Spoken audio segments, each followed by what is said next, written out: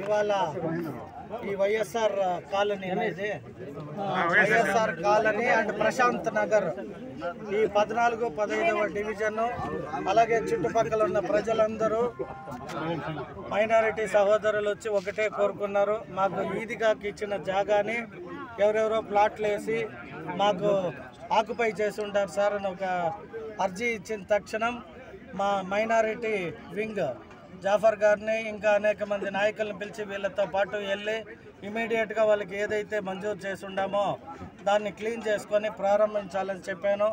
అదే ప్రకారం వచ్చి వాళ్ళు క్లీన్ చేసుకొని ఇవాళ నన్నే ప్రారంభోత్సవానికి ఆహ్వానించారు. వచ్చాను, పూజ చేశాము.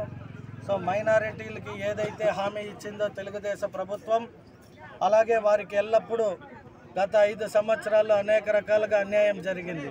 వాటన్నిటినీ కూడా ఇప్పుడు మా ప్రభుత్వంలో ఎటువంటి అన్యాయం జరగకుండా మైనారిటీలకు ఏవైతే హామీలు ఇచ్చామో వాటన్నిటినీ కూడా అమలుపరిచే బాధ్యత మా ప్రభుత్వం పైన నా పైన కూడా ఉంది. కాబట్టి వారు అడిగిన ప్రకారం ఇక్కడ ఇవాళ వచ్చి పూజ చేయడం జరిగింది. ఆ క్రమంలోనే ఇక్కడ ఎక్కువ నీటి సమస్య, లైట్లు లేవు, రోడ్లు లేవు, డ్రైన్లు లేవు అంటూ అనేక మంది స్థానిక మహిళలు కావచ్చు, మైనారిటీ మహిళా మనులు కావచ్చు వచ్చి అర్జీలు మాట్లాడడం జరిగింది.